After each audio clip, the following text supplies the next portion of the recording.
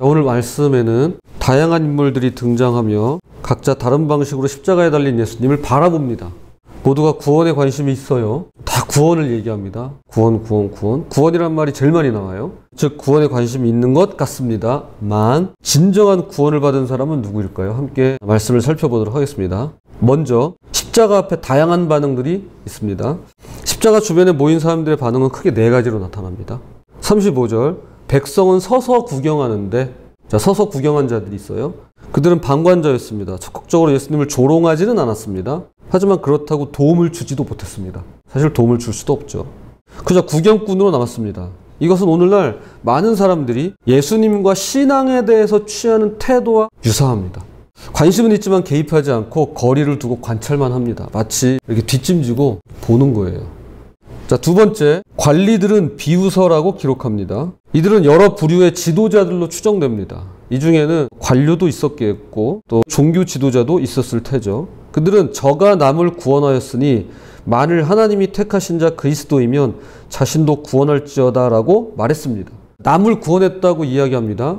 그러니까 병자도 고쳤고 심지어는 죽은 자도 살리시는 그런 기적이 있었습니다. 그리고 그 당시에 많은 사람들이 또 그 이야기를 들었죠. 알고 있었고 또 실제로 보기도 했고. 그러니 저가 남은 구원했는데 본인은 구원하지 못했다. 널 구원해봐라. 이렇게 말합니다.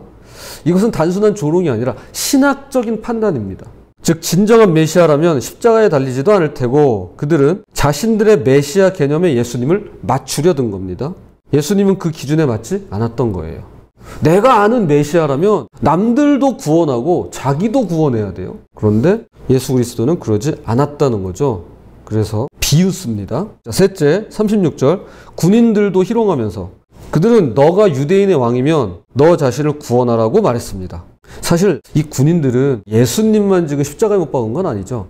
그동안에 얼마나 많은 범죄자들을 십자가에 못 박았으며 지금 또 예수님 이외에도 2명을 더 십자가에 못 박았습니다.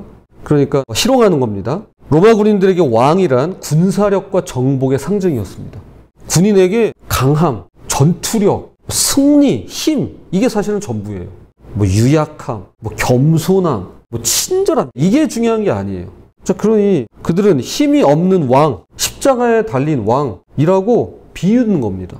야, 너가 그렇게 힘이 있어? 너가 왕이라고? 야, 너 그럼 힘이라도 강하고 말이야. 승리하고 해야 될 거 아니야. 그게 뭐야? 자, 그러면서 구원해봐 라고 그렇게 비웃습니다. 자, 오늘날도 많은 사람들이 힘과 성공, 번영의 관점에서만 예수님을 평가하고 봅니다. 넷째, 39절입니다. 달린 행악자 중 하나는 비방하여. 자, 여기 두 사람이 양옆에 예수님과 함께 십자가에 매달렸어요. 그러니까 십자가가 총 3개가 서 있는 거죠. 그런데 이 사람들은 행악자예요. 그냥 죄인도 아니고 행악자. 사실 십자가라고 하는 사형틀은요, 정말 최악의 범죄자에게 언도하는 형입니다. 로마인들한테는 내리지도 않아요. 이거는 거의 내란, 폭동, 그 다음에 살인, 이쯤 돼야 십자가에 매다는데, 그러니까 그 당시에도 유명한 그런 범죄를 저지른 사람이었음을 알 수 있습니다. 자, 이 두 사람이 매달려 있는데 이 두 사람 중 한 사람이에요. 예수님을 비방해요. 그는 십자가에서 죄값을 치르는 죄인 중 하나인데도 이렇게 말합니다. 너가 그리스도가 아니냐? 그러니까 너가 그리스도라며 너도 구원하고 우리도 구원해라 라고 이야기합니다. 그는 구원이 아닌 자신의 고통에서 벗어나기 위한 수단으로 예수님을 보고 있는 거예요. 자, 이 모든 반응들에는 공통점이 있는데요. 그들은 모두 자신을 구원하라고 도전했습니다. 나 구원해봐. 그리고 너도 구원해봐. 자, 그들의 논리는 간단했습니다. 너가 정말 메시아나 왕이라면 이 십자가에서 내려와 봐라. 그들은 십자가가 실패의 증거라고 생각했습니다. 그러나 역설적이게도 십자가는 예수님의 실패가 아닌 그분의 가장 위대한 승리의 순간이었습니다. 자, 두 번째, 그러나 유일하게 메시아를 알아본 자가 있었습니다. 놀랍게도 그는 사회에서 가장 낮은 위치에 있었던 사람, 바로 십자가에 달린 행악자 중 한 사람이었습니다.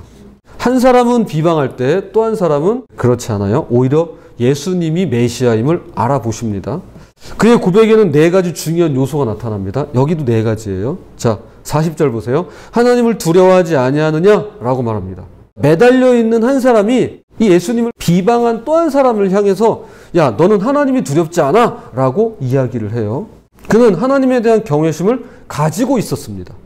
아무리 죄인이지만 죽어가는 순간만큼은 하나님을 두려워하고 있는 거예요.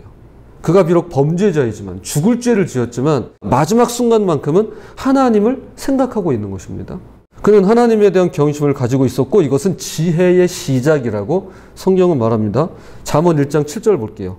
여호와를 경외하는 것이 지식의 근본이거늘 미련한 자는 지혜와 훈계를 멸시하느니라. 아멘. 진정한 구원은 하나님을 경외하는 데서 시작합니다. 자, 둘째 41절 우리는 우리가 행한 일에 상당한 보응을 받는 것이니 이에 당연하거니와. 그는 자신의 죄를 인정했어요.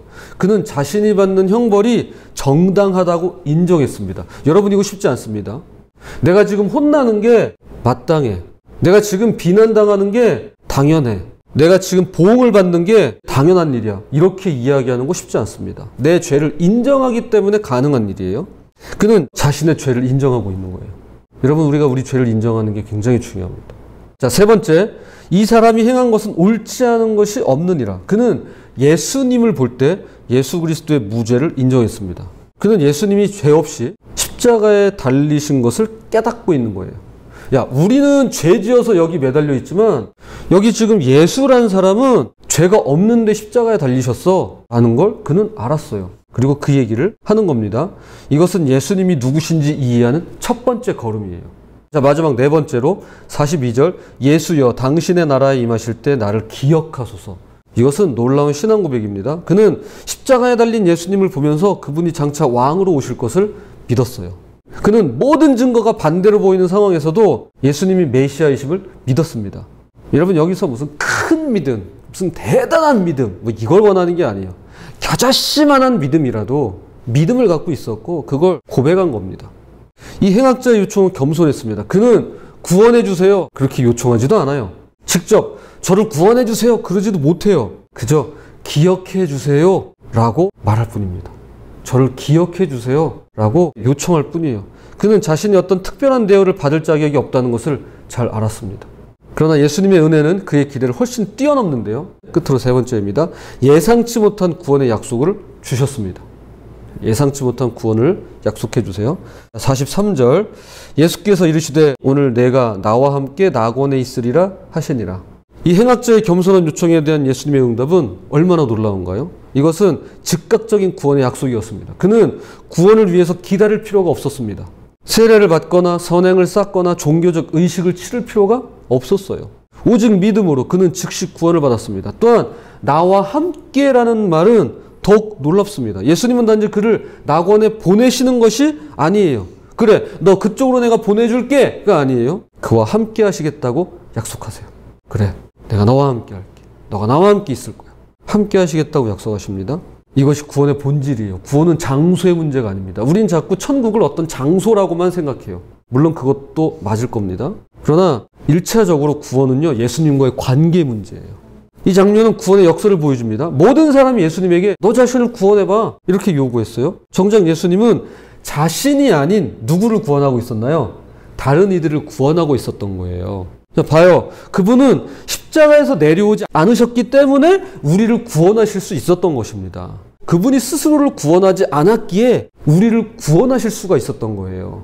야, 너를 구원해봐 라고 하는 말을 듣고 예수님께서 본인 스스로를 구원하셨다면 우리에겐 구원이 없어요. 십자가에서 내려오지 않으셨기 때문에 우리 구원이 가능했던 것입니다. 자, 이제 말씀의 결론을 맺겠습니다. 물에 빠진 사람에게는 그를 구해줄 이가 필요합니다. 끊임없이 우리를 삼키고자 위협하는 죄는 우리가 스스로 헤엄쳐 나올 수 없는 금융화도 같아요. 우리는 스스로를 구원할 수 없습니다. 바로 이러한 이유 때문에 행악자는 한쪽 편에 매달려 있는 그 행악자, 그는 자신의 힘으로는 아무것도 할 수 없는 상황에서 오직 예수님만을 바라본 겁니다. 그의 손과 발은 못 박혀 있었고 그가 할 수 있는 것이라고는 오직 예수님을 향한 겸손한 요청뿐이었어요. 저를 기억해 주세요. 구원은 언제나 우리 바깥에서 우리를 향해 손을 내미시는 구원자로부터 오는 겁니다.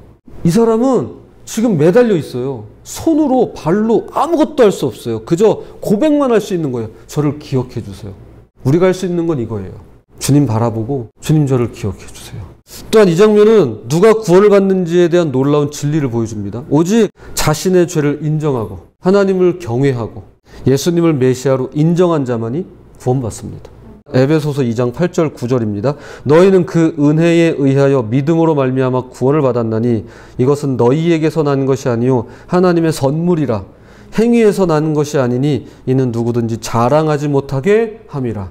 아멘. 구원은 우리에게 주시는 하나님의 선물이에요. 우리의 행위로는 자랑하지 못해요. 저 이것도 했어요. 저것도 했어요. 아무것도 자랑 못해요. 여러분, 오늘 등장한 여러 인물이 있습니다. 네 종류의 인물을 봤죠. 자, 누구에 가장 가까운 것 같으신가요? 구경꾼, 종교 지도자, 군인 또는 한쪽 편에 있었던 행악자? 부디 나를 기억해 주소서라고 주님을 바라보며 구했던 이 행악자처럼 저희도 기억해 주세요 라고 주님을 바라보며 구하는 그런 우리 모두가 되기를 주님의 이름으로 부탁을 드립니다.